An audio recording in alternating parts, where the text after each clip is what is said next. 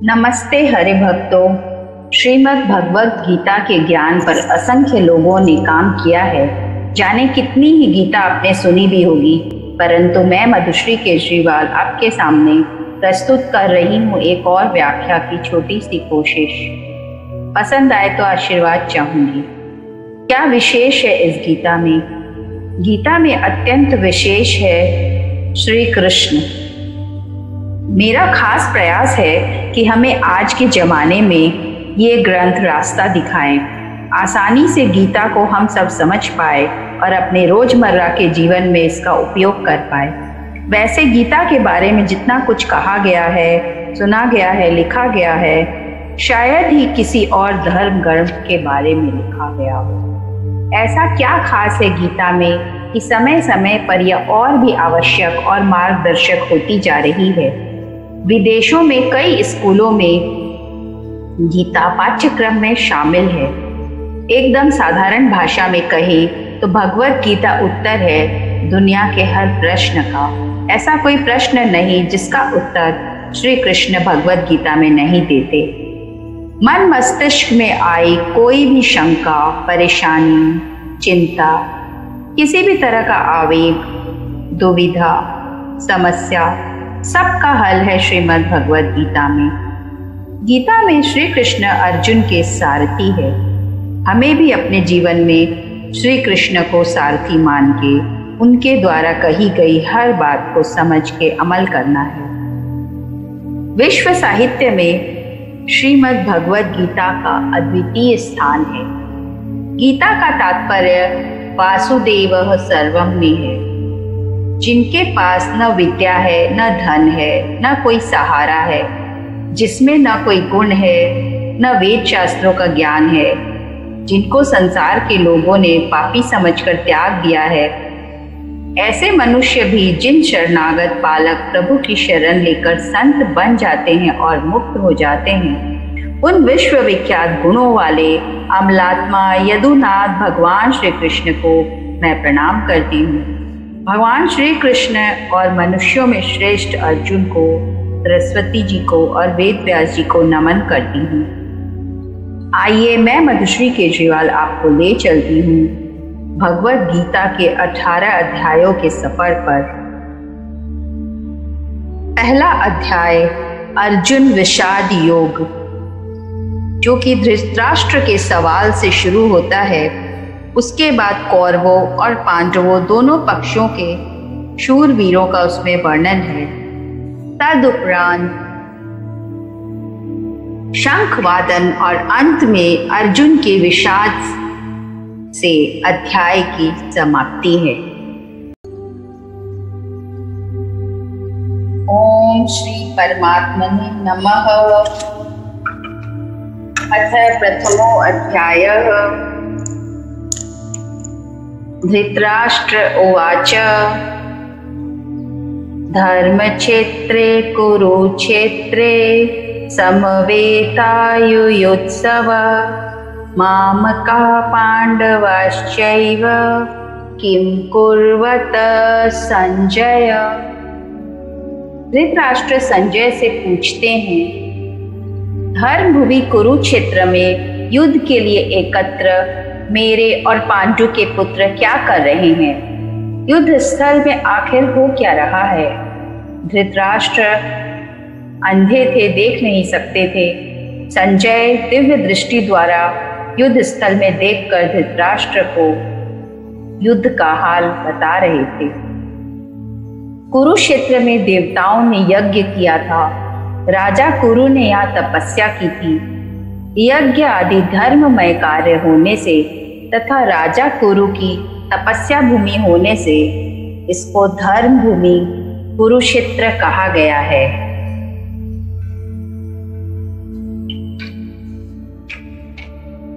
संजय उवाच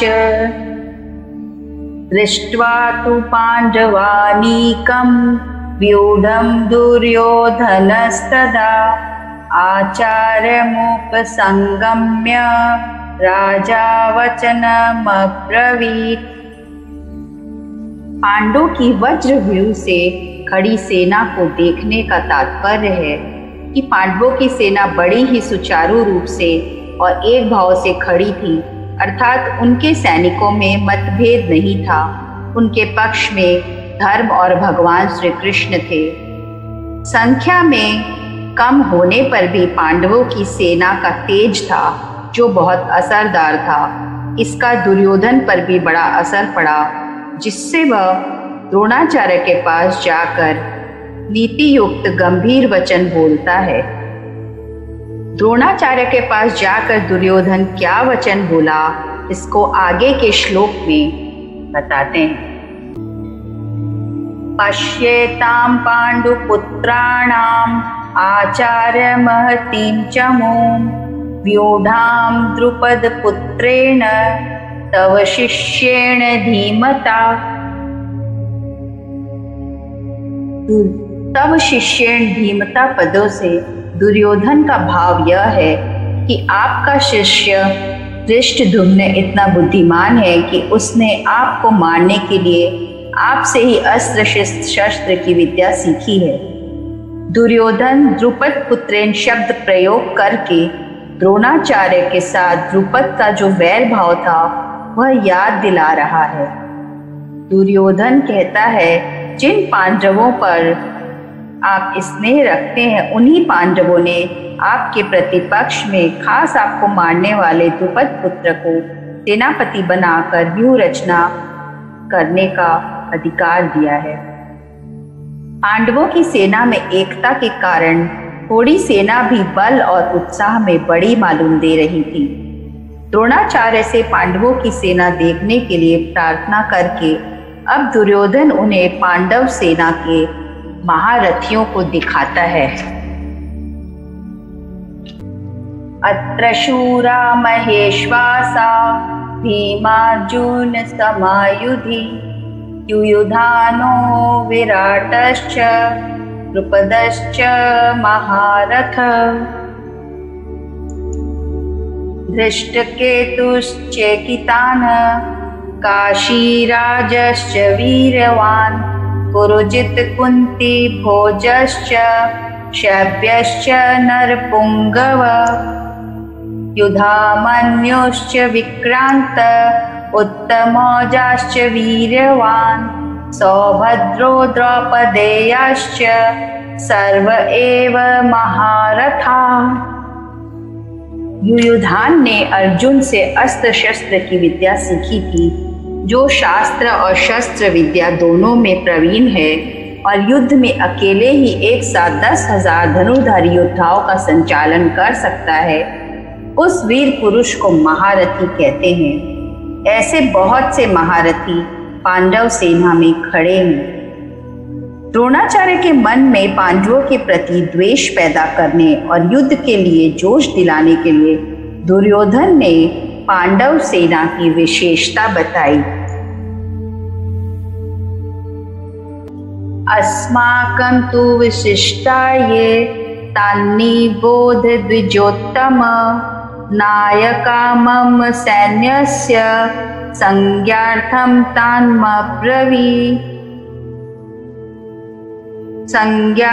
तान् ब्रवीमि ते।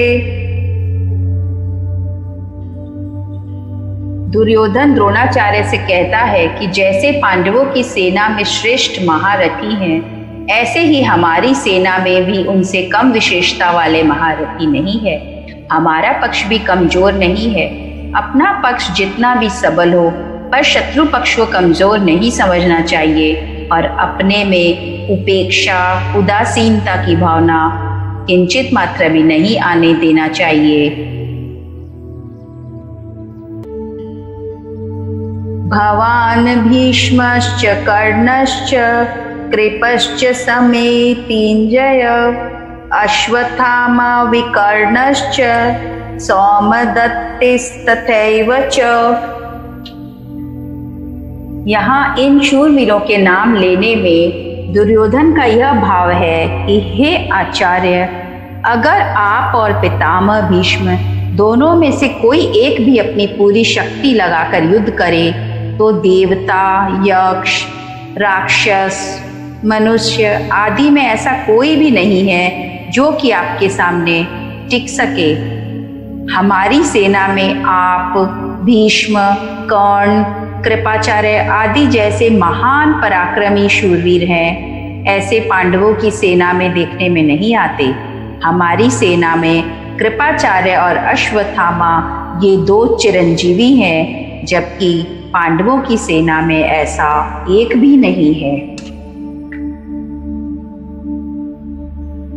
अन्ये च बहवः शूरा मदर्थे तप्त जीविता नाना शस्त्र प्रहरणाः सर्वे युद्ध विशारदा।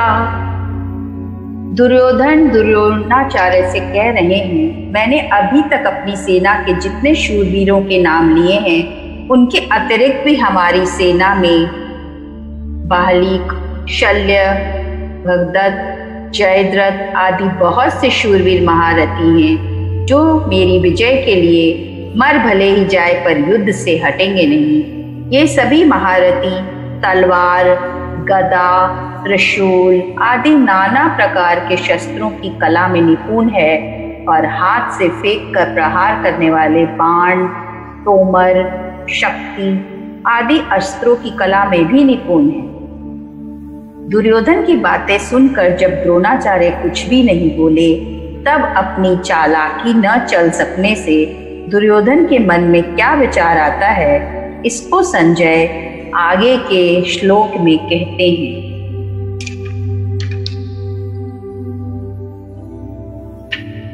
अपर्याप्तं तदस्माकं बलं भीष्माभिरक्षितं पर्याप्तं त्विदमेतेषां बलं भीमाभिरक्षितं।